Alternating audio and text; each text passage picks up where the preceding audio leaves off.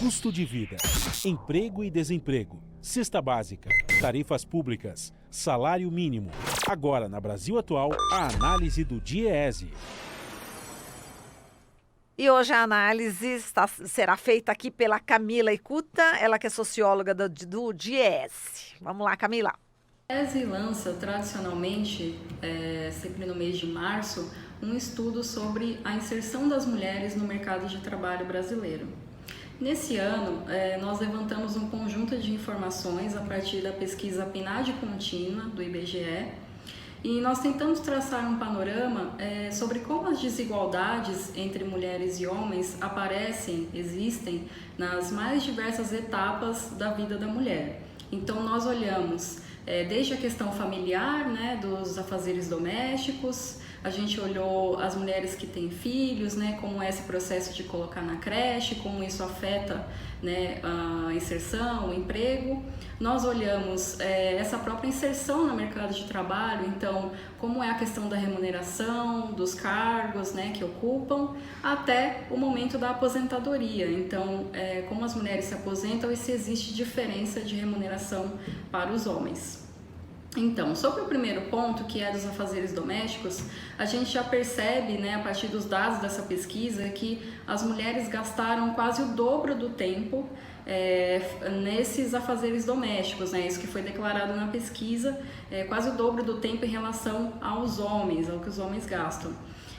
A gente já percebe por aí, né, que é uma questão muito problemática para as mulheres, porque se elas estão gastando o dobro do tempo, isso impede muitas vezes que elas possam se inserir no mercado de trabalho, se manter nele, né? Quando a gente olha também um outro indicador, que é a questão da creche, né? Então, as mulheres que têm filhos na creche e as mulheres que não conseguiram colocar seus filhos na creche, a gente percebe uma questão muito interessante, né? Que das mulheres que têm filhos na creche, quase 70% delas conseguiram um trabalho remunerado, né? Que é esse trabalho formal no mercado de trabalho. E quem não tinha, não teve acesso, né? Não conseguiu colocar esses filhos na creche, somente 40% delas estavam trabalhando dessa maneira. Então, o que a gente percebe disso é que muitas vezes a falta de políticas públicas, né, de educação, de creches, de oferecimento de vagas de creche, pode afetar também a vida das mulheres nesse sentido. Bom, com relação às mulheres que entraram no mercado de trabalho, a gente percebe algumas coisas muito desiguais, né, quando a gente compara aí homens e mulheres. A primeira questão é que elas continuam ganhando menos, né? Apesar dos últimos avanços que a gente teve, né, aí nos últimos anos, nas últimas décadas, ainda o rendimento mensal médio das mulheres é 22% menor do que dos homens, na média geral. Se a gente considera aí todo o país, né, que o Brasil é um país muito desigual, a gente tem diferenças enormes, né, que vão desde 5% a menos lá no Amazonas até 30% a menos se a gente considerar aí o Mato Grosso do Sul, por exemplo. Mas em todos os estados, né, do Brasil existe diferença salarial para a mulher. Essa é uma primeira questão. E quando a gente olha, por exemplo, mulheres que estão no mercado de trabalho, mas estão no mesmo patamar do que dos homens, por exemplo, em relação ao mesmo cargo, né? Mulheres e homens que ocupam cargos de direção, de chefia, a gente foi olhar o que acontece, né? E aí, a cada 10 diretores e gerentes, somente 4 eram mulheres. E mesmo estando no mesmo patamar, mesmo tendo chegado, digamos assim, né, numa mesma posição hierárquica, o rendimento médio delas ainda foi quase 30% menor do que dos homens. Quando a gente olha também, por exemplo, mulheres que têm o mesmo nível de escolaridade do que dos homens, né, mulheres com ensino superior, por exemplo, o rendimento médio também é quase 40% menor do que o dos homens.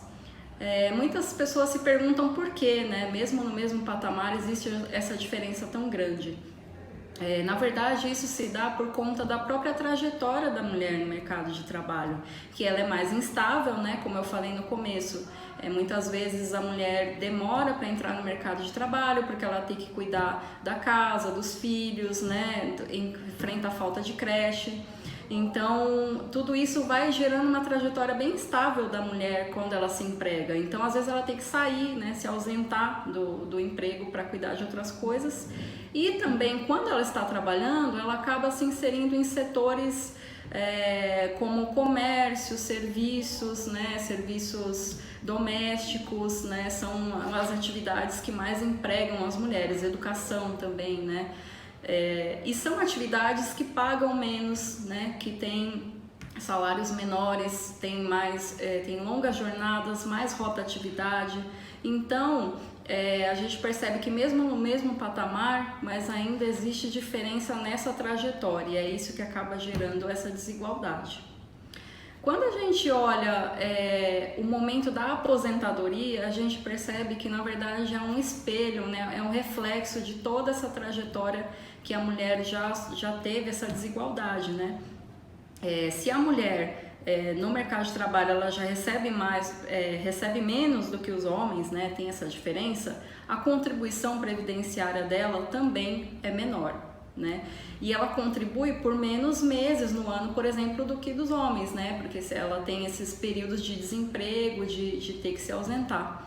Então, quando a gente olhou qual era o valor da aposentadoria que era recebido pelas mulheres, foi de R$ 1.700, e dos homens o valor médio era de R$ 2.051. Então, teve uma diferença aí de aproximadamente 17% do valor, né?